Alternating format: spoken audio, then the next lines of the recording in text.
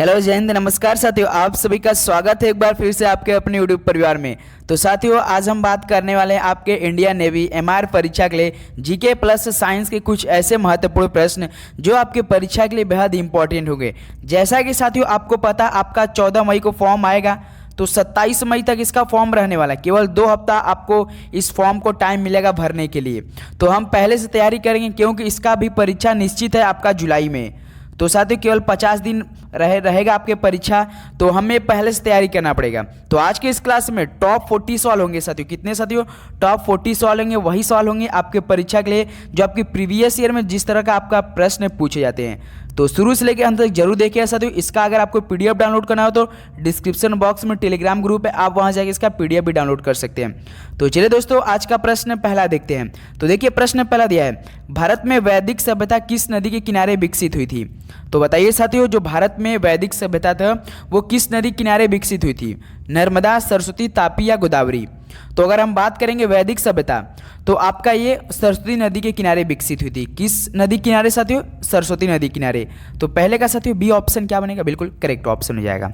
Next अगला बढ़ते हैं सवाल, क्वेश्चन नंबर सेकंड। लास्ट में अपना साथियों स्कोर बताइएगा, आपका इन 50 सवालों में से कितना स्कोर बना। तो नेक्स्ट देखिए, खजुराहो के मंदिर किस राजवंश के दौरान बनाए गए थे? तो मेरे भाई खजुराहो के मंदिर किस राजवंश के दौरान बनाए गए थे? तो ये बनवाए गए थे साथियों चंदेल वंश के दौरान बनवाए गए थे। किस वंश के दौरान साथियों? चंदेल वंश के दौरान। तो बी ऑप्शन बिल्कुल राइट ऑप्शन बनेगा आपका।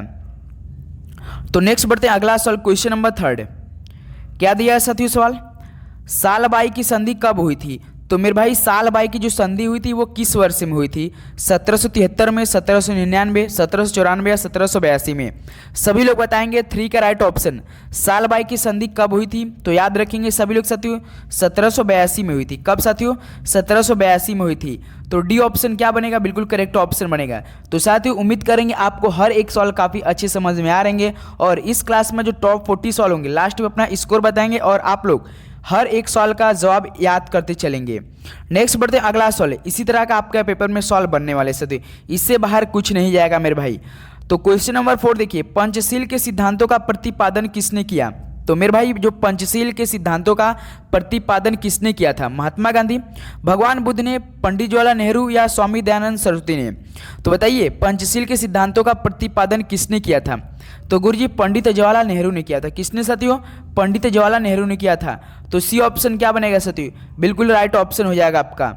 उम्मीद करेंगे साथियों आप लोग हर एक सवाल के जवाब काफ़ी अच्छे से सबसे पहले आप लोग जवाब दे रहे होंगे। हम सवाल पढ़ेंगे और आपका ऑप्शन आना चाहिए साथियों। इस तरह आपकी तैयारी और भी अच्छी तरीके चलेगी साथियों। क्वेश्चन नंबर 5 देखिए, बांग्लादेश के राष्ट्रीय प्रतीक को कब अपनाया गया था? तो मेरे भाई बांग्लादेश के राष्ट्रीय प्रतीक को कब अपनाया गया था? 1971, 1973 या 1975 या 1977 में? बताइए सभी लोग, जो बांग्लादेश के राष्ट्रीय प्रतीक को कब अपनाया गया था? तो ध्यान रखेंगे 1971 में अपनाया गया था। कब साथी? 1971 में। तो ये ऑप्शन गुरुजी बिल्कुल राइट ऑप्शन होने वाला आपका। तो चलिए नेक्स्ट बढ़ते हैं, अगला सवाल देखते हैं। क्वेश्चन नंबर 6, नेपाल की आधिकारिक भाषा क्या है? तो मेरे भाई नेपाल की आधिकारिक भाषा क्या है? भोजपुरी, थारू, हिंदी या नेपाली? तो नेपाल की आधिकारिक भाषा की अगर हम बात करेंगे साथियों तो नेपाली है। क्या है साथियों? नेपाली है। तो डी ऑप्शन क्या बनेगा मेरे भाई? बिल्कुल करेक्ट ऑप्शन बनेगा साथियों। नेपाल की जो आधिकारिक भाषा है साथियों वो आपका नेपाली है। तो डी ऑप्शन इस तरह से बिल्कुल राइट ऑप्शन हो जाएगा। तो चलिए नेक्स्ट बढ़ते हैं, अगला सवाल देखते हैं। क्वेश्चन नंबर 7, जिस टाइप का आपके पेपर में सवाल बनते हैं साथियों, हर टॉपिक से हर सब्जेक्ट से इस क्लास में हम सवाल लिए हैं। तो क्वेश्चन नंबर 7 देखिए, निम्नलिखित में से किस राज्य में हरेली का त्यौहार मनाया जाता है? तो मेरे भाई किस राज्य में हरेली का त्यौहार मनाया जाता है? बताइए, उड़ीसा, मध्य प्रदेश, पंजाब या छत्तीसगढ़? 7 का सभी राइट ऑप्शन बताएंगे। हरेली का त्यौहार किस राज्य में मनाया जाता है? तो याद रखेंगे सभी लोग साथियों छत्तीसगढ़ राज्य में मनाया जाता है। कहाँ पे साथियों? छत्तीसगढ़ में। तो डी ऑप्शन क्या बनेगा गुरुजी? बिल्कुल करेक्ट ऑप्शन हो जाएगा। तो डी पे ताला लॉक कर दिया जा चुका है। हरेली का त्यौहार किस राज्य में मनाया जाता है? तो छत्तीसगढ़ में मनाया जाता है। नेक्स्ट बढ़ते हैं, अगला सवाल बताएंगे। क्वेश्चन नंबर 8, इनमें से पारसी नववर्ष को किस नाम से जानते हैं? तो साथियों इनमें से पारसी नववर्ष को किस नाम से जानते हैं? उगाड़ी, नौरोज, पटेटी या पुथांडू के नाम से? तो बताइए साथियों, ये तो काफ़ी इजी सवाल होगा मेरे भाई, सभी को पता होगा पारसी नववर्ष को किस नाम से जानते हैं? तो गुरु ये तो नौरोज के नाम से जानते हैं। किस नाम से साथियों? नौरोज के नाम से। तो बी ऑप्शन बिल्कुल राइट ऑप्शन हो जाएगा। तो चलिए नेक्स्ट बढ़ते हैं, अगला सवाल क्वेश्चन नंबर 9। सरहुल त्यौहार किस राज्य में मनाया जाता है? तो मेरे भाई सरहुल त्यौहार किस राज्य में मनाया जाता है? गुजरात, छत्तीसगढ़, झारखंड या असम में? तो बताइए साथियों 9 का करेक्ट ऑप्शन, सरहुल त्यौहार किस राज्य में आयोजित होता है? तो आपका ये झारखंड में आयोजित होता है। किस राज्य में मेरे भाई? झारखंड में। तो सी ऑप्शन बिल्कुल करेक्ट ऑप्शन। देखिए साथियों अब आपका करंट अफेयर क्लास शुरू होने वाला, हर टॉपिक वाइज आपका करंट अफेयर चालू होगा। तो चैनल पे नए तो एक बार प्लीज सब्सक्राइब करिए। एक छोटा सा काम है मेरे भाई, फ्री का काम है। चैनल पे नए तो सब्सक्राइब करके बेल नोटिफिकेशन ऑन करिए, क्योंकि आपको चैप्टर वाइज अब करंट अफेयर मिलने वाला है। जो 2023 का और 2024 का जो आपका 3 से 4 महीना बीत चुका है, हर सब्जेक्ट का हर टॉपिक का आपका करंट अफेयर मिलने वाला है। तो क्वेश्चन नंबर 10 देखिए, राजघाट स्मारक किस शहर में स्थित है? तो साथियों जो राजघाट स्मारक है वो किस शहर में स्थित है? अहमदाबाद, सूरत, दिल्ली या आगरा में? तो बताइए 10 का राइट ऑप्शन, जो राजघाट स्मारक है मेरे भाई वो किस शहर में स्थित है? तो आपका ये दिल्ली शहर में स्थित है। कहाँ पे साथियों? दिल्ली शहर में है। तो सी ऑप्शन गुरुजी बिल्कुल राइट ऑप्शन बनेगा आपका।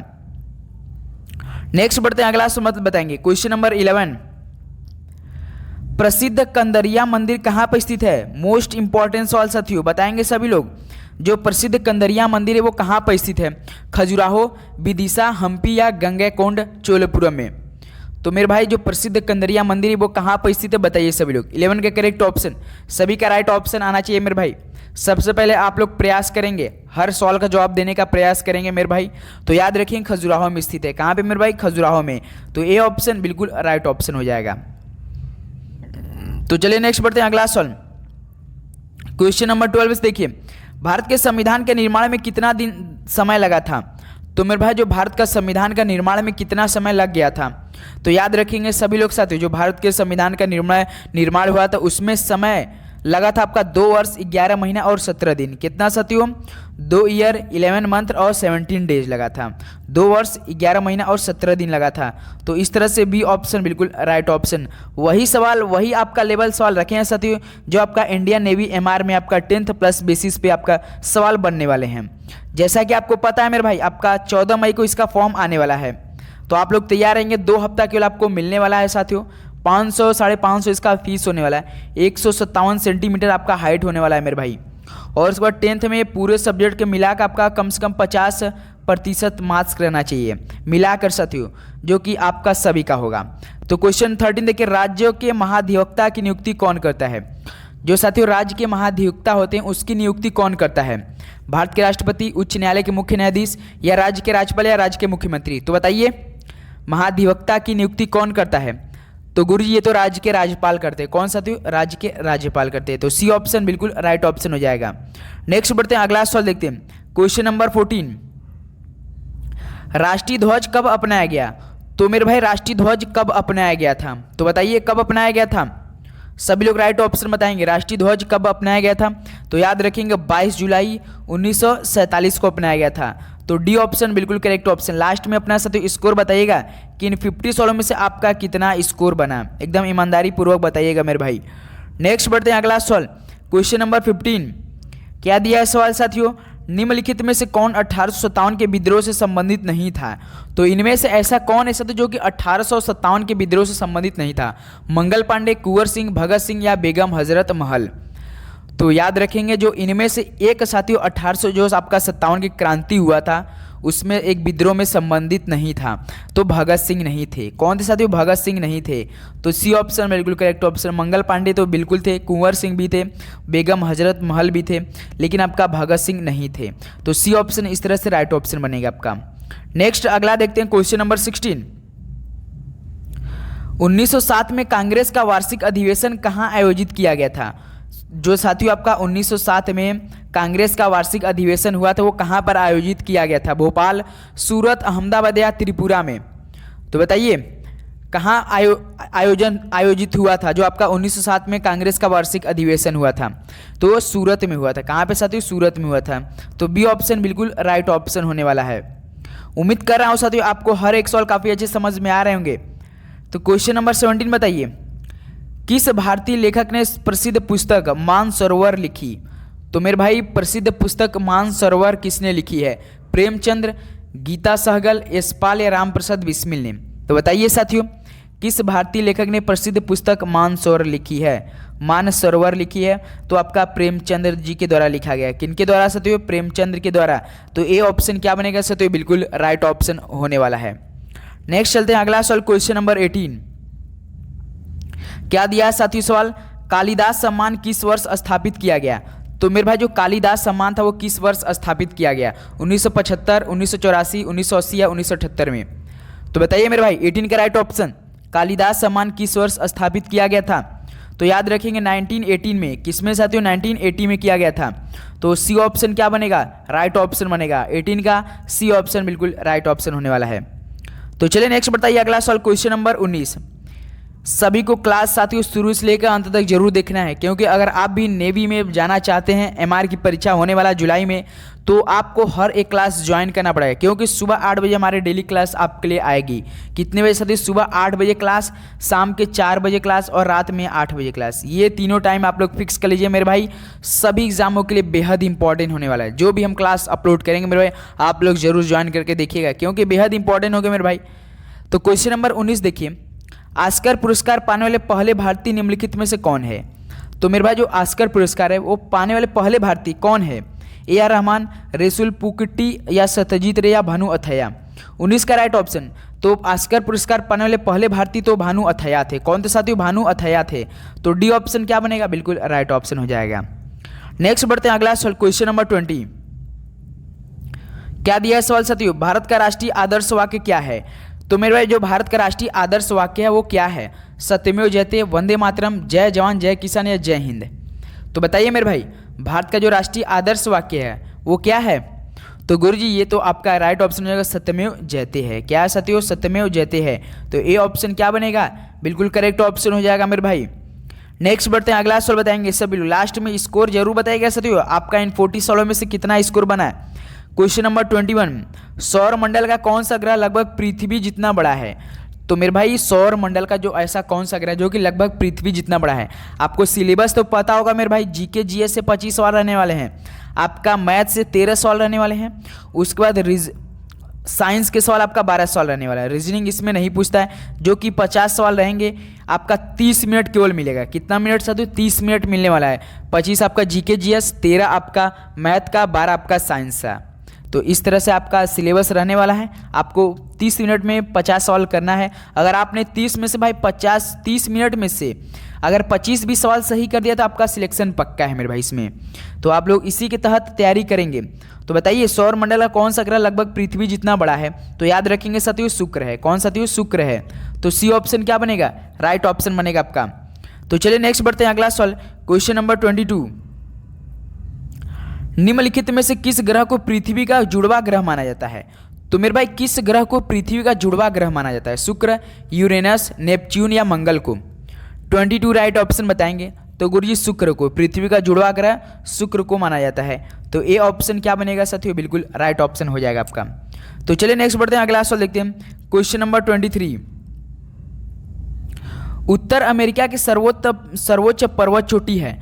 तो बताइए उत्तर अमेरिका की सर्वोच्च पर्वत चोटी कौन है मेरे भाई? माउंट एवरेस्ट, माउंट एकांगागुआ या माउंट एल्ब्रूस या माउंट मैकिनले? तो गुरुजी उत्तर अमेरिका की सर्वोच्च पर्वत चोटी आपका कौन सा है? माउंट मैकिनले है। कौन है गुरुजी? माउंट मैकिनले है साथियों। तो डी ऑप्शन बिल्कुल राइट ऑप्शन हो जाएगा। नेक्स्ट बढ़ते हैं अगला सवाल, क्वेश्चन नंबर 24। निम्नलिखित में से कौन सी झील खारे पानी की झील नहीं है? तो बताइए ऐसी कौन सी झील है जो कि खारे पानी की झील नहीं है? कैस्पियन सागर, बैकॉल झील, ग्रेट साल्ट लेक या वान झील? तो याद रखेंगे सभी लोग साथियों, आपका करेक्ट ऑप्शन होगा बैकॉल झील, जो कि खारे पानी की झील नहीं है। तो बी ऑप्शन राइट ऑप्शन हो जाएगा। तो चलिए नेक्स्ट बढ़ते हैं अगला सवाल बताएंगे, क्वेश्चन नंबर 25। नियाग्रा जलप्रपात किस नदी पर स्थित है? तो बताइए नियाग्रा जलप्रपात किस नदी पर स्थित है? तो इस सवाल का राइट ऑप्शन हो जाएगा सेंट लॉरेंस नदी पर स्थित है। किस पे साथियों? सेंट लॉरेंस पर स्थित है। तो सी ऑप्शन राइट ऑप्शन हो जाएगा मेरे भाई। तो चलिए नेक्स्ट बढ़ते हैं अगला सवाल देखते हैं, क्वेश्चन नंबर 26। अफ्रीका महाद्वीप की सबसे बड़ी झील है। तो अफ्रीका महाद्वीप की सबसे बड़ी झील की अगर हम बात करें मेरे भाई तो विक्टोरिया झील है। कौन है साथियों? विक्टोरिया झील है। तो बी ऑप्शन बिल्कुल राइट ऑप्शन हो जाएगा साथियों। जो अफ्रीका महाद्वीप की सबसे बड़ी झील है वो विक्टोरिया झील है, ध्यान रखेंगे सभी लोग साथियों। नेक्स्ट बढ़ते हैं अगला सवाल देखते हैं, क्वेश्चन नंबर 27। कालाहारी मरुस्थल किस देश में स्थित है? तो साथियों जो कालाहारी मरुस्थल है वो किस देश में स्थित है? जाम्बिया, दक्षिण अफ्रीका, नामीबिया या बोत्सवाना में? तो अगर हम साथियों जो कालाहारी मरुस्थल की बात करेंगे तो आपका ये स्थित है बोत्सवाना देश में। कहाँ पे साथियों? बोत्सवाना में स्थित है। तो डी ऑप्शन क्या बनेगा? बिल्कुल सही जवाब हो जाएगा आपका साथियों। उम्मीद कर रहा हूँ साथियों आप लोग हर एक सवाल का जवाब काफ़ी अच्छे समझ रहे होंगे और याद भी कर रहे होंगे। साथ में आपको दूसरा क्लास देखने की जरूरत ना पड़े साथियों, इसको रिपीट करने की जरूरत ना, आप ये प्रयास कीजिए एक क्लास देखिए, एक जो इतने भी सवाल होंगे हर एक सवाल का जवाब याद करने का प्रयास करेंगे। तो क्वेश्चन नंबर 28 देखिए, नील नदी कहाँ गिरती है? तो साथियों जो नील नदी है वो कहाँ पर गिरती है? तो ये आपका भूमध्य सागर में गिरती है। कहाँ पे साथियों? भूमध्य सागर में गिरती है। तो बी ऑप्शन क्या बनेगा? बिल्कुल राइट ऑप्शन हो जाएगा मेरे भाई। तो चलिए क्वेश्चन नंबर नेक्स्ट बढ़ते हैं, अगला सवाल देखते हैं। क्वेश्चन नंबर 29, क्षेत्रफल की दृष्टि से भारत का दूसरा सबसे बड़ा राज्य कौन सा है? तो क्षेत्रफल की अगर हम दृष्टि से बात करेंगे जो भारत का दूसरा सबसे बड़ा राज्य, तो बताइए कौन सा है? तो सभी को पता होगा एमपी है। कौन सा? तो एमपी यानी मध्य प्रदेश। तो सी ऑप्शन बिल्कुल राइट ऑप्शन हो जाएगा। तो चलिए नेक्स्ट बढ़ते हैं, अगला सवाल क्वेश्चन नंबर 30। क्या दिया सवाल साथियों? अन्नपूर्णा चोटी हिमालय के किस क्षेत्र से संबंधित है? जो अन्नपूर्णा चोटी है साथियों वो हिमालय के किस क्षेत्र से संबंधित है? तो आपका नेपाल से संबंधित है। किससे साथियों? नेपाल क्षेत्र से संबंधित है। तो इस तरह से आपका डी ऑप्शन क्या बनेगा साथियों? बिल्कुल राइट ऑप्शन हो जाएगा आपका। नेक्स्ट बढ़ते हैं, अगला सवाल देखते हैं क्वेश्चन नंबर 31। निम्नलिखित में से कौन सा दर्रा भारत के पश्चिमी घाट में स्थित है? तो ऐसा कौन सा दर्रा है जो भारत के पश्चिमी घाट में स्थित है? तो याद रखेंगे जो भोर घाट है साथियों, इस सवाल का राइट ऑप्शन क्या हो जाएगा? भोर घाट, जो कि भारत के पश्चिमी घाट में स्थित है। तो बी ऑप्शन क्या बनेगा? राइट ऑप्शन हो जाएगा। अगला सवाल देखते हैं क्वेश्चन नंबर 32। मूसी नदी निम्नलिखित में से किस नदी की सहायक नदी है? तो मेरे भाई जो मूसी नदी है वो किस नदी की सहायक नदी है? तो बताइए। तो इस सवाल का राइट ऑप्शन हो जाएगा कृष्णा नदी की है। मूसी नदी किस नदी की सहायक नदी है? तो कृष्णा नदी की है। तो ए ऑप्शन क्या बनेगा? बिल्कुल सही जवाब हो जाएगा। तो चलिए नेक्स्ट बढ़ते हैं, अगला सवाल क्वेश्चन नंबर 33। जोग जलप्रपात किस नदी पर स्थित है? तो मेरे भाई जो जोग जलप्रपात है वो किस नदी पर स्थित है? शरावती, कावेरी, नर्मदा या चंबल? तो ये आपका है शरावती नदी पर स्थित है। जो जोग जलप्रपात है मेरे भाई ये शरावती नदी पर स्थित है। तो ए ऑप्शन क्या मैच कर रहा है? बिल्कुल गुरुजी राइट ऑप्शन हो जाएगा आपका। बस गुरुजी ऐसी डेली क्लास प्रोवाइड करते रहिए, हमारा तैयारी तो काफ़ी अच्छे होगा बेहतरीन तरीके से, कोई भी कमी नहीं छोड़ने वाले साथियों। आपका जिस भी टाइप का सॉल्व बनेंगे आपके लिए पूरा प्रयास किया जाएगा साथियों। जब तक आपका एग्जाम नहीं होगा हम आपका साथ नहीं छोड़ने वाले। तो आपको भी साथ नहीं छोड़ना है साथियों। चैनल पर नहीं तो जरूर सब्सक्राइब करके बेल नोटिफिकेशन ऑन कर लीजिएगा। क्वेश्चन नंबर 34 देखिए, नामीबिया से चीतों को में स्थित कूनो नेशनल पार्क में लाया गया था। जो साथी आपको पता होगा नामीबिया से चीतों को लाया गया था। तो बताइए कूनो नेशनल पार्क में लाया गया था तो वो किस मतलब कहाँ पर स्थित है? मध्य प्रदेश, गुजरात, राजस्थान या कर्नाटक? तो किस राज्य में स्थित है? कूनो नेशनल पार्क में स्थित है। तो याद रखें ये आपका एमपी में स्थित है। कहाँ पर साथियों? यानी मध्य प्रदेश में। तो ए ऑप्शन बिल्कुल सही जवाब हो जाएगा। नेक्स्ट बढ़ते हैं, अगला सवाल बताइए क्वेश्चन नंबर 35। देखिए सवाल क्या दिया है सभी पढ़ेंगे उसके बाद जवाब देंगे। निम्नलिखित में से किस राज्य में लेटराइट मिट्टी पाई जाती है? तो मेरे भाई किस राज्य में लेटराइट मिट्टी पाई जाती है? महाराष्ट्र, राजस्थान, केरल या उत्तर प्रदेश में? तो ध्यान रखेंगे साथियों जो लेटराइट मिट्टी है वे कई जगह पाई जाती है, लेकिन इसमें अधिकतर आपका केरल दिया है तो सी ऑप्शन राइट बनेगा। केरल आपका करेक्ट ऑप्शन। छत्तीसगढ़ में भी पाया जाता है और भी जगह पाया जाता है जो कि केरल इसमें ऑप्शन सही दिया है तो ऑप्शन करेक्ट सी हो जाएगा आपका केरल। नेक्स्ट बढ़ते हैं, अगला सवाल क्वेश्चन नंबर 36। निम्नलिखित में से कौन सा एक मिश्रण नहीं है? तो इनमें से ऐसा कौन सा एक मिश्रण नहीं है साथियों? ग्रेफाइट, कांच, पीतल या इस्पात? तो बताइए 36 का सही जवाब क्या हो जाएगा साथियों? इनमें से एक मिश्रण नहीं है, ध्यान रखेंगे वो आपका ग्रेफाइट मिश्रण नहीं है साथियों। ये ऑप्शन गुरुजी बिल्कुल राइट ऑप्शन होने वाला आपका। नेक्स्ट बढ़ते हैं, अगला सवाल क्वेश्चन नंबर 37। शुद्ध तत्व कौन सा है? तो मेरे भाई इनमें से शुद्ध तत्व कौन सा है? कांच, सीमेंट, सोडियम या बालू? तो बताइए जो आप चाकू से आसानी से इसे काट सकते हैं वही तत्व जो कि शुद्ध तत्व होता है। तो सभी को पता होगा सोडियम साथियों, सोडियम यानी एन आपका जो कि शुद्ध तत्व है। तो सी ऑप्शन इस तरह से बिल्कुल सही जवाब हो जाएगा। नेक्स्ट अगला देखते हैं question number 38। Milk of magnesia का पीएच होता है। तो मिल्क ऑफ साथियों मैग्नीशिया का पीएच मान कितना होता है? 14, 8, 10 या 12 आपके आर्मी जीडी पेपर में आया था। 23 तारीख के सेकेंड शिफ्ट में ये सवाल पूछा गया था कि बताइए मिल्क ऑफ मैग्नीशिया का पीएच मान कितना होता है। तो सभी को पता होना चाहिए साथियों 10 होता है। कितना साथियों 10 होता है। तो सी ऑप्शन बिल्कुल राइट ऑप्शन हो जाएगा साथियों। 38 का सी ऑप्शन बिल्कुल सही जवाब हो जाएगा। नेक्स्ट बढ़ते हैं अगला सवाल, क्वेश्चन नंबर 39। सबसे हल्की धातु कौन है। अगर साथियों आपसे सबसे हल्की धातु की बात करेगा तो आप सही जवाब क्या बताएंगे। तो सभी को पता होगा लिथियम सबसे हल्की धातु होती है। सबसे हल्की तत्व की अगर बात करेगा तो हाइड्रोजन होता है। शायद आपका लास्ट क्वेश्चन वही है। सबसे हल्की धातु कौन है तो लिथियम है। डी ऑप्शन बिल्कुल जी बिल्कुल राइट ऑप्शन हो जाएगा। नेक्स्ट अगला देखते हैं क्वेश्चन नंबर 14। देखिए सबसे हल्का तत्व पूछा है तो बताइए सबसे हल्का तत्व क्या हो जाएगा। तो सभी को पता होगा साथियों हाइड्रोजन होता है। क्या होता है साथियों हाइड्रोजन होता है। तो ए ऑप्शन बिल्कुल सही जवाब हो जाएगा मेरे भाई। सबसे हल्का तत्व कौन है हाइड्रोजन है। तो ए ऑप्शन बिल्कुल सही जवाब हो जाएगा। तो साथियों इस तरह से आपका इंडियन नेवी एमआर में जिस तरह का आपका सवाल पूछे जाते हैं पूरे 40 सवाल हमने करा दिया है। सुबह 8 बजे आप लोग डेली क्लास ज्वाइन किया कीजिए। और आपका आज से साथियों एक हमने आपका करंट अफेयर क्लास शुरू करेंगे जो कि चैप्टर वाइज होगा साथियों। बेहद ही इंपॉर्टेंट होंगे साथियों। वर्तमान में कौन क्या है आपका जो भी सवाल बनेंगे सैन्य अभ्यास, केंद्र राज्य सरकार जो विभिन्न सूचकांकें, अंतरिम बजट, भारत रत्न 2024 सम्मेलन समारोह, जिस तरह का आपका टॉपिक बनता है मेरे भाई हर टॉपिक से सवाल हम कराने वाले हैं। तो जरूर जुड़िएगा। लेवल आपका क्लास का बेहद इंपॉर्टेंट। आप किसी भी एग्जाम की तैयारी करो हर एग्जाम के लिए बेहद इंपॉर्टेंट होंगे। तो साथियों चैनल पर नहीं तो जरूर सब्सक्राइब कर बेल नोटिफिकेशन बेल ऑन जरूर कीजिएगा। मिलते हैं नेक्स्ट सेशन में। इसका पीडीएफ आपको डाउनलोड करना हो डिस्क्रिप्शन बॉक्स में टेलीग्राम ग्रुप है, आप वहां जाकर इसका पीडीएफ भी डाउनलोड कर सकते हैं। तो मिलते हैं एक नेक्स्ट सेशन में एक बेहतरीन क्लास के साथ। सभी को जय हिंद, वंदे मातरम। पढ़ते रहिए। All the very best. धन्यवाद साथियों।